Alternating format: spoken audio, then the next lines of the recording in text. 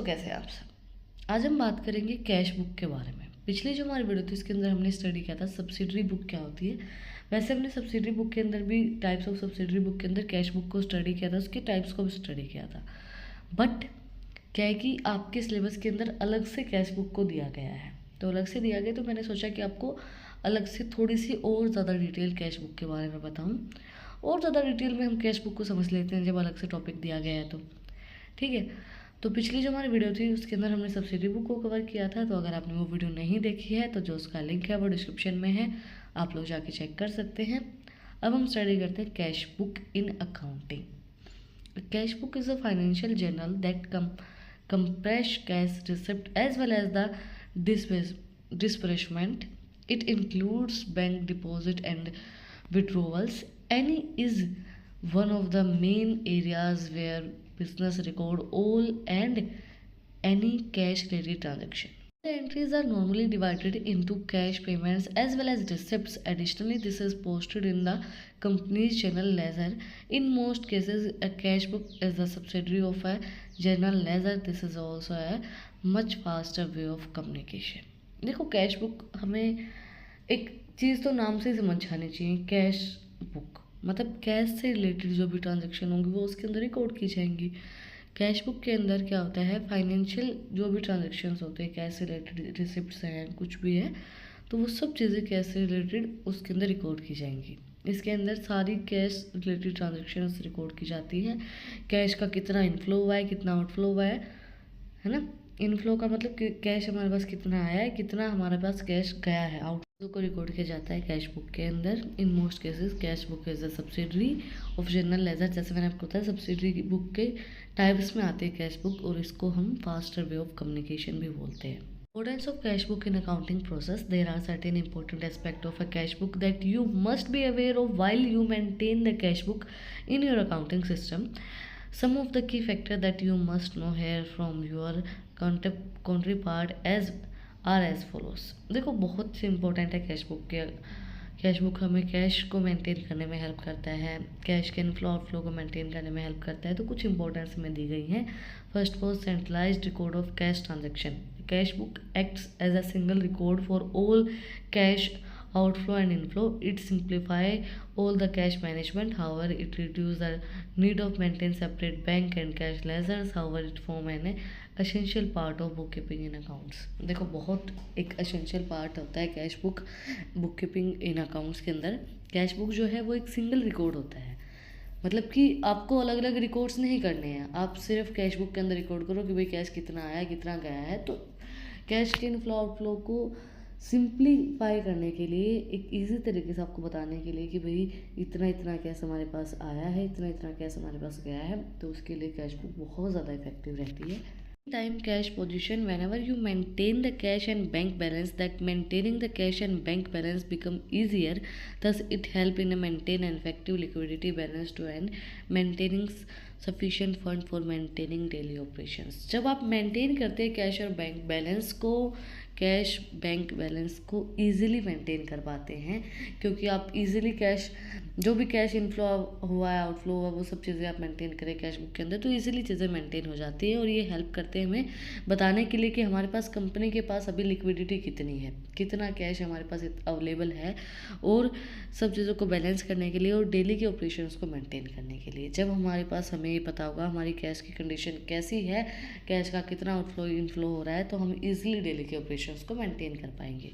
Simplifies reconciliations. The cash book aspect in reconciliation cash and bank balance that compress bank statement. It helps to resolve and identify discrepancies promptly. Whenever you reconciling regularly, then it reduces the risk of fraud and errors. देखो cash book जो है वो हमें simplify करता है हर एक चीज़ को। जब हम हर एक चीज़ को उसके अंदर रिकॉर्ड करें बैंक की स्टेटमेंट, हर एक स्टेटमेंट को, तो आप हर चीज़ को आइडेंटिफाई कर पाएंगे। कोई भी प्रॉब्लम है, कोई भी चीज़ ऐसी है जो मतलब गलत शो की जा रही है, कोई फ्रॉड हो रहा है, कोई एरर्स शो की जा रही है, तो उनको आप इजीली रेक्टिफाई कर पाएंगे।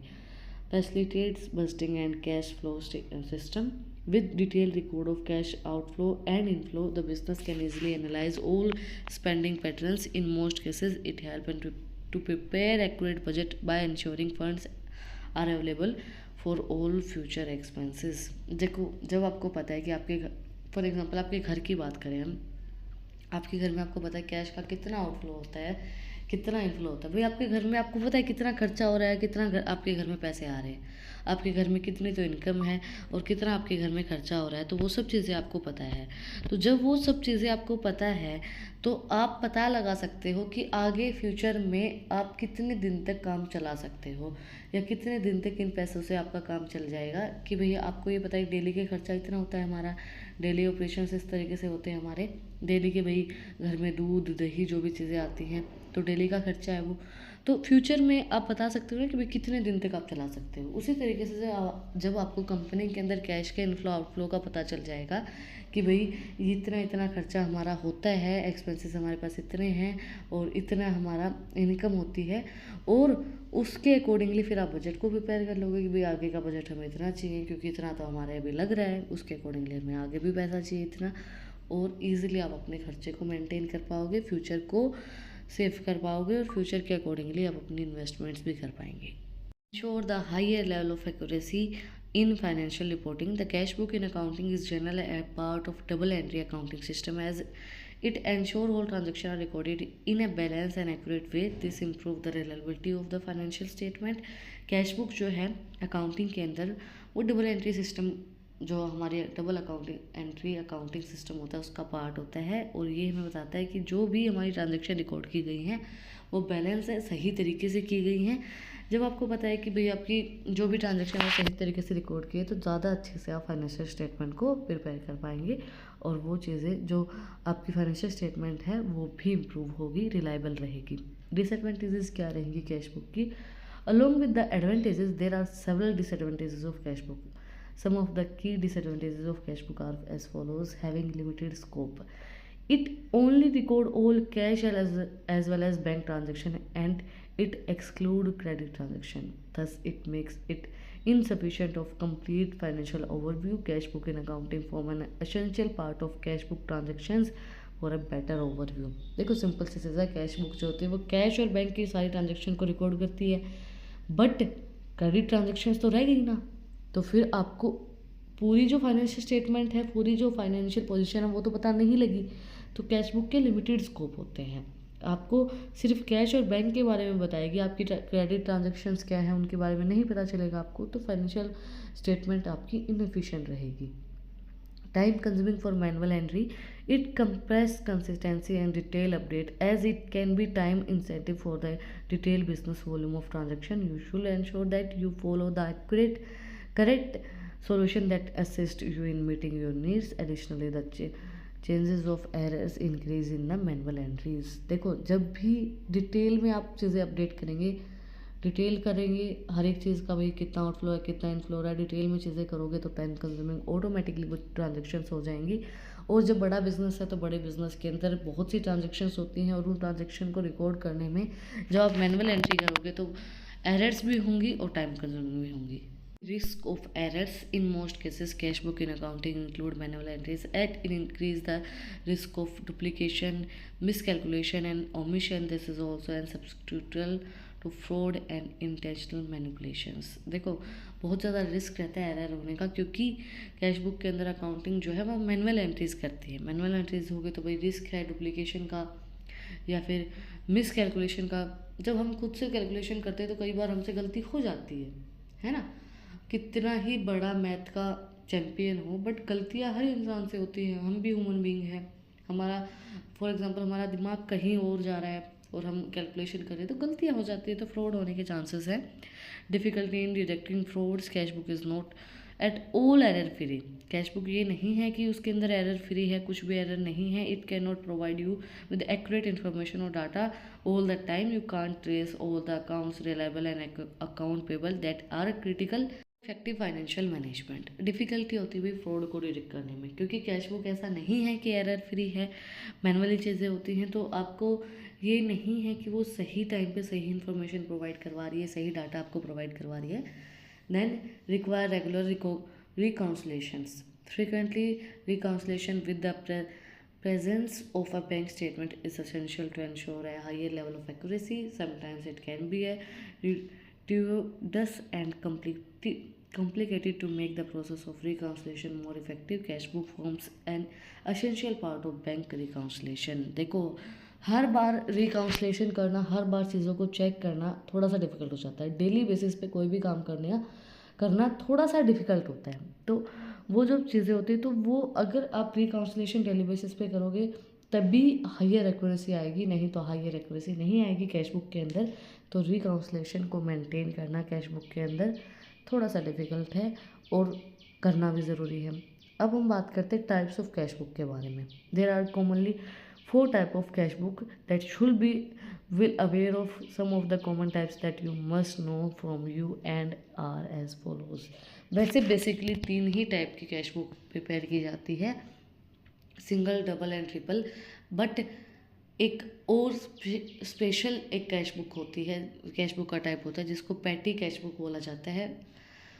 वो भी मैं आप लोगों को कवर करवाऊंगी, ज़्यादा इम्पोर्टेंट नहीं है बट मैं आप लोगों को थोड़ा सा बता दूंगी उसके बारे में भी, तो आप लोग समझ जाएंगे। बट मेनली हमारे 3 ही टाइप होते हैं, single, double and triple. First है हमारा single cash book, single column cash book. Features of single column cash book, it compress only 1 column of cash transaction both on the debit as well as on the credit side. It can record all cash transaction exclusively। इसके अंदर क्या होता है कि only 1 column होता है cash transaction के लिए, बोथ डेबिट साइड में और क्रेडिट साइड में एक ही कॉलम बनाया होता है। इसकी फॉर्मेट्स आप इस चीज़ें ईजिली समझ पाएंगे। और इसका मीनिंग समझना है तो मैंने पिछले वीडियो के अंदर करवाया है। यूजेस क्या होंगे, it is suitable for all business that deal completely in cash and there is no scope of banking transaction. देखो, सिंगल कैश बुक के अंदर मैं फिर भी एक बार दोबारा मीनिंग बता देती हूँ इसका। सिंगल कैश बुक वो होती है जिसके अंदर ओनली कैश ट्रांजेक्शन को रिकॉर्ड किया जाता है, बैंक की कोई ट्रांजेक्शन इसके अंदर रिकॉर्ड नहीं की जाती है। तो इसके अंदर सिर्फ एक ही कॉलम होता है, डेबिट साइड और क्रेडिट साइड, जिसके अंदर सिर्फ कैश की ट्रांजेक्शन को रिकॉर्ड किया जाता है। तो ये उन बिजनेस के लिए सुटेबल है जिसके अंदर सिर्फ कैश की ट्रांजेक्शन होती है और कोई स्कोप नहीं होता है बैंकिंग ट्रांजेक्शन का। थोड़ा सा इजीली आप चीज़ों को समझ पाएंगे। वैसे मैंने पिछली वीडियो के अंदर भी इनका फॉर्मेट करवाया है, बट क्या हुआ कि छोटे छोटे मतलब बहुत बड़े फॉर्मेट होते हैं, इनको कंप्रेस करके इनको समझाना थोड़ा सा डिफिकल्ट होता है। तो इसके अंदर देखो, समझो, डेट लिखे हुए हैं, उसके बाद पर्टिकुलर भाई टू ऑल कैश रिसिप्ट, जितने भी कैश रिसिप्ट आई हैं, बैलेंस जो पिछला बचा हुआ है, देन अमाउंट, देन डेट, भाई जो भी मंथ डेट है वो। उसके बाद अगर डेबिट साइड है तो to balance to all cash receipt आएगा, अगर क्रेडिट साइड है तो बाय ऑल कैश पेमेंट्स, जो भी पेमेंट्स हैं। देखो, डेबिट साइड में रिसिप्ट्स आएंगी, क्रेडिट साइड में पेमेंट्स आएंगी, बैलेंस ऑफ होगा। इस तरीके से एक ही कॉलम आती है। Date, particular, ledger portfolio, amount, इसी तरीके से date, particular, ledger portfolio, amount. Debit और क्रेडिट साइड दोनों दी गई हैं। Of a single column cash book compress several points. Some of the points are, first was date. Date के अंदर हम क्या लिखेंगे, the date column contain the date, month of year of transaction. जब ट्रांजेक्शन की गई है तो वो डेट, वो मंथ, वो ईयर वहाँ पे लिखा जाएगा। Particulars, in most cases this column contain the name of account for which the cash has been paid और रिसीव्ड। देखो, पर्टिकुलर के अंदर दोनों तरफ पर्टिकुलर दिया गया था। अगर अमाउंट रिसीव हो रही है, पे हो रही है, तो उसके अकॉर्डिंगली इसके अंदर जो भी नेम होता है अकाउंट का वो इसके अंदर लिखा जाता है। जर्नल फॉलियो के अंदर आता है, most of the time this column keep trace of the journal page where posting of the amount has been made. Journal से जहाँ से ये ट्रांजेक्शन उठाई गई हैं वो ट्रांजेक्शन, वो पेज नंबर जर्नल पोर्टफोलियो के अंदर लिखा जाता है कि भाई इस पेज से ये ट्रांजेक्शन उठाई गई हैं, तो वो पेज वहाँ पे लिखा जाता है। इसके बाद आता है amount. The amount column record the real amount of cash receipt on the debit side and cash payment are recorded on the credit side. Amount के अंदर क्या होता है, अगर कैश रिसिप्ट हुई हैं तो वो डेबिट साइड के अंदर रिकॉर्ड की जाएंगी, अगर कैश की पेमेंट की गई है तो वो क्रेडिट साइड के अंदर उस अमाउंट को लिखा जाएगा। मैंने इनकी डेफिनेशन आप लोगों को करवा रखी पिछली वीडियो के अंदर, फिर भी मैं साथ साथ एक बार डेफिनेशन बता देती हूँ। डबल कॉलम कैश बुक की डेफिनेशन क्या होगी, इसके अंदर 2 कॉलम्स दिए जाते हैं। देखो, सिंगल के अंदर 1 कॉलम दिया जाएगा, डबल के अंदर 2 कॉलम दिए जाते हैं, एक कैश और एक बैंक, दोनों की ट्रांजेक्शन इसके अंदर रिकॉर्ड की जाती है। फीचर्स क्या होंगी, it compress 2 column on each side, 1 for cash transaction, another for bank transaction. इसके अंदर 2 कॉलम दिए जाते हैं, एक होता है हमारी कैश ट्रांजेक्शन को रिकॉर्ड करने के लिए, एक होता है हमारी बैंक की ट्रांजेक्शन को रिकॉर्ड करने के लिए। This trace both the cash and bank account simultaneously, दोनों को ट्रेस करता है, बैंक के अकाउंट को भी और कैश के अकाउंट को भी साथ साथ। यूसेज क्या रहेगा, इन most cases it is deal ideal for all business that deal with the cash and bank transaction. ये आइडियल रहता है जो बिजनेस कैश और बैंक दोनों में ट्रांजेक्शन करते हैं, कैश की भी ट्रांजेक्शन करते हैं और बैंक की भी ट्रांजेक्शन करते हैं, उसके लिए बेस्ट रहता है double column cash book system. इसकी फॉर्मेट क्या रहेगा, सबसे पहले डेट, ईयर, मंथ, डेट, उसके बाद पर्टिकुलर के अंदर to balance BD, then to all cash receipt, to all bank receipt, then balance CD, then ledger portfolio, cash and bank, then date, year, month, date, particular के अंदर फिर by balance BD and by all cash payment, by all bank payments, by balance CD, cash और bank, ledger portfolio.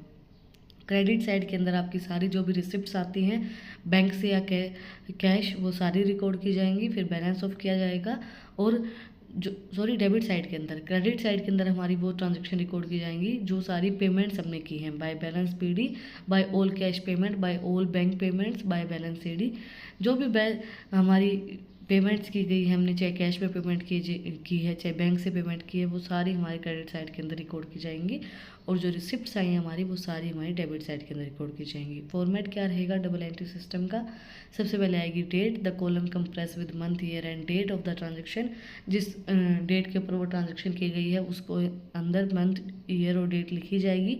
Particular के अंदर आता है this column it compress the name of account for which cash has been paid और received, जहाँ पे cash जिस भी नाम से हमने कैश पे किया या रिसीव हुआ है वो सब चीज़ें हमारी पर्टिकुलर के अंदर रिकॉर्ड की जाएंगी।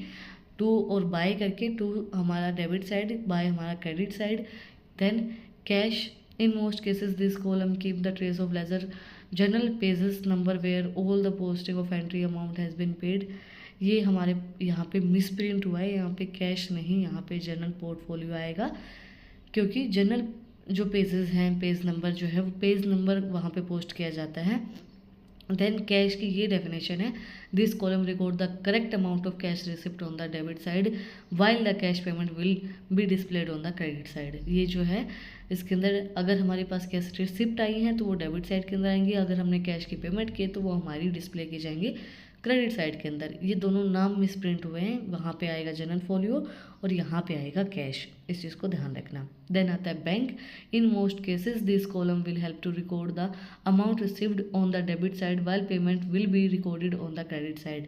ये हमारे अगर हमें रिसीव हुई है अमाउंट बैंक से तो हमारी डेबिट साइड आएगी, अगर हमने पेमेंट की है तो वो हमारी रिकॉर्ड की जाएगी क्रेडिट साइड के अंदर। हमारा triple column cash book, triple column cash book के अंदर क्या आता है, इसके अंदर ट्रिपल कॉलम हो जाएंगे। सिंगल के अंदर एक कॉलम जिसके अंदर कैश की ट्रांजैक्शन रिकॉर्ड की जाती है, डबल के अंदर 2 कॉलम जिसके अंदर कैश और बैंक की ट्रांजैक्शन रिकॉर्ड की जाती है, और ट्रिपल के अंदर 3 कॉलम आते हैं जिसके अंदर कैश, बैंक और अगर हमें डिस्काउंट रिसीव हुआ है और अलाउ हुआ है तो उसकी ट्रांजैक्शन रिकॉर्ड की जाती हैं। फीचर्स क्या रहेंगी, it compress 3 column on each side, discount, bank and cash. Record bank transaction, cash transaction and discount received and allowed. ये बैंक की ट्रांजेक्शन को रिकॉर्ड करता है, कैश की ट्रांजेक्शन को रिकॉर्ड करता है, और अगर डिस्काउंट अलाउ किया गया है या रिसीव किया गया है तो उसकी ट्रांजेक्शन को रिकॉर्ड करता है। Usage, this is best suitable for business way discount are common along with bank and cash dealings. ये सुटेबल रहता है उन बिजनेस के लिए जहाँ पे डिस्काउंट जो है वो कॉमनली है बैंक और कैश की डीलिंग के साथ साथ। क्या रहेगा ट्रिपल कॉलम कैश बुक का, सबसे पहले date, then description, then by number, then PR, then discount हमें जो रिसीव हुआ है, then cash, then bank, then date, then description, then wheel number, then PR, then discount, cash और bank. 3 अलग अलग कॉलम बनाए जाएंगे। डेबिट साइड हमारी रिसिप्ट साइड होती है, क्रेडिट साइड हमारी पेमेंट साइड होती है। दोनों चीज़ें याद रखना। डेबिट साइड के अंदर 2 से ट्रांजेक्शन को रिकॉर्ड किया जाता है, क्रेडिट साइड के अंदर बाय से ट्रांजेक्शन को रिकॉर्ड किया जाता है। ये सब चीज़ें इंपॉर्टेंट हैं, बार बार इसीलिए बता रही हूँ, याद रखना। Third column of entry balance sheet is also very important, you must will aware of it. सबसे पहले आता है date, the date of a particular transaction will is written in the column you need to write the name of the month will aspect and date, month date and year इसके अंदर record किए जाते हैं। Particular के अंदर आता है in this column the name of the opposite account is written below there you need to write the complete narration of this transaction. इसके अंदर पूरी जो भी ट्रांजेक्शन होती है उसकी नरेशन लिखी जाती है, और नरेशन क्या होती है उसकी थोड़ी सी डिटेल लिखी जाती है कि भाई किस तरीके से ट्रांजेक्शन की गई हैं, क्यों की गई हैं, वो थोड़ी सी नरेशन उसके अंदर लिखी जाती है। ये कॉलम, इस कॉलम के अंदर नेम लिखा जाता है, जो अपोजिट अकाउंट होता है जो रिटर्न किया गया है उसका लिखा जाता है, और कम्प्लीटली इसकी नरेशन लिखनी ज़रूरी होती है, नीडेड होती है, ताकि आपको ट्रांजेक्शन समझ में आए। Voucher number, the voucher number for every item is written in the form of payment and receipt. A voucher is required for each item of receipt and payment. Generally all voucher contain a several number and the column is known as V number. जो मैंने बोला ना voucher number, every item written in the form of payment and receipt. Voucher required ज़रूरी होता है कि भाई यहाँ पे रिसिप्ट हुई है, पेमेंट हुई है, सब वाउचर जो है वो एक सीरियल नंबर कंटेन करके चलते हैं। जो कॉलम रिकॉर्ड की गई हैं उन कॉलम का एक सीरियल नंबर होता है, वो उस वाउचर नंबर के अंदर रिकॉर्ड किया जाता है। लेजर पोर्टफोलियो के अंदर क्या होता है, पेज नंबर रिकॉर्ड किया जाता है, page number of the ledger where all the concern accounts has been written in the column. Ultimately this will be helpful you locate the account of ledger here the journal folio is written as a reference of cash book ledger folio is written। देखो ये हमें बताता है कि भाई किस page से हमने ट्रांजेक्शन को उठाया है, तो वो हमें हेल्प करता है उस चीज़ को बताने के लिए। Then amount column, all of the above column are single and double column cash book instead of the amount column there are sorry columns are prepared discount bank and cash. सबसे पहले आता है हमारा discount column. In this column you need to record the discount received and placed on the credit side on the cash book on and the discount allowed on the debit side of the cash book. इसके अंदर अगर हमें discount receive हुआ है तो हम discount receive place on the credit side, तो हम उसको क्रेडिट साइड में प्लेस करेंगे, और अगर हमने डिस्काउंट अलाउ किया है तो वो डेबिट साइड में प्लेस किया जाएगा। ऐसा फील हो रहा था कि कैश बैंक और डिस्काउंट आना था, वहाँ पे रैंक क्यों लिखा गया है, ये पता नहीं आज क्या गड़बड़ है कि 2-3 स्पेलिंग मिस्टेक हो रखी हैं, ऊपर नीचे स्पेलिंग्स हो रखी हैं। वहाँ पे भी जो हमारे 3 कॉलम दिए गए हैं वो कैश, बैंक और रैंक दिया गया है। रैंक की जगह कैश, डिस्काउंट और रैंक दिया गया, रैंक की जगह बैंक आएगा। थोड़ा सा मिसप्रिंट है चीज़ों के अंदर, तो थोड़ा सा एडजस्ट कर लेना। कैश कॉलम के अंदर क्या आता है, all the receipt and payment made by the cash are recorded in this column. जो भी रिसिप्ट और पेमेंट हुई हैं वो रिकॉर्ड की जाती है इन कॉलम के अंदर। बैंक कॉलम के अंदर when you make the receipt and payment made by cheque and record in the column. अगर आप रिसिप्ट और पेमेंट कर रहे हैं चेक से, तो वो हमारे बैंक कॉलम के अंदर रिकॉर्ड की जाती हैं। करते पैटी कैश बुक के बारे में। ये एक स्पेशलाइज्ड टाइप होता है, वैसे तो 3 ही टाइप हमारे दिए गए हैं, बट एक स्पेशलाइज्ड टाइप होता है, तो थोड़ा सा मैं इसके बारे में भी आपको डिटेल में बता देती हूँ। पैटी कैश बुक ये क्या करता है, ये मेंटेन करता है small day to day business operations को करने के लिए इसको हम करते हैं। फीचर्स क्या रहेंगी, it is maintain record all small and day to day business. जो भी डे टू डे बिजनेस जो भी ट्रांजेक्शन होती है उसको रिकॉर्ड करने में हेल्प करता है, जो छोटे छोटे ट्रांजेक्शन्स की जाती हैं। This is typically operated using the imprest system. Here fixed amount is given to petty cashiers. इसके अंदर टिपिकली ऑपरेट की जाते हैं, इम्प्रेस की जाते हैं सिस्टम को, और फिक्स्ड अमाउंट एक पैटी कैशर के अंदर रिकॉर्ड की जाती है। Usage, it help to trace minor expense cluttering the main cash book. ये जो छोटे छोटे एक्सपेंसेस होते हैं उनको रिकॉर्ड करने में हेल्प करता है बिना कैश बुक को हार्म किए। पैटी कैश बुक का फॉर्मेट क्या रहेगा, वैसे इसका फॉर्मेट जो है वो उस तरीके से जो हमारा मैंने अभी तक जो फॉर्मेट शो किए गए उस तरीके से मुझे नहीं मैं आपको शो कर पाई। वैसे ज़्यादा इम्पोर्टेंट है नहीं, इसलिए मैंने नहीं भी किया, ज़्यादा ध्यान भी नहीं दिया इस चीज़ के ऊपर। Petty cash book format, the fourth and most important entry of cash book in accounting is petty cash book. Some of the key important of the must ensure here. सबसे पहले देखो फॉर्मेट आप वैसे भी समझ जाएंगे।